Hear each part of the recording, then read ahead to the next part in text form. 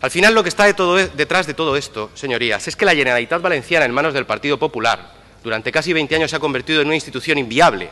La Generalitat Valenciana necesita un rescate, claro que sí, pero no el rescate de Rajoy o el rescate de Montoro. Necesita un rescate ciudadano, un rescate que le sirva para centrarse en lo importante, en lo que interesa a la inmensa mayoría de la gente. El rescate que asegure que nadie se queda abandonado al borde del camino y que la salida de la crisis no nos hace todavía más desiguales. Señorías, la grandeza de una sociedad no se mide por la posición que alcanzan los triunfadores, sino por el apoyo que presta a los perdedores, a esos que lo intentan, pero no lo consiguen.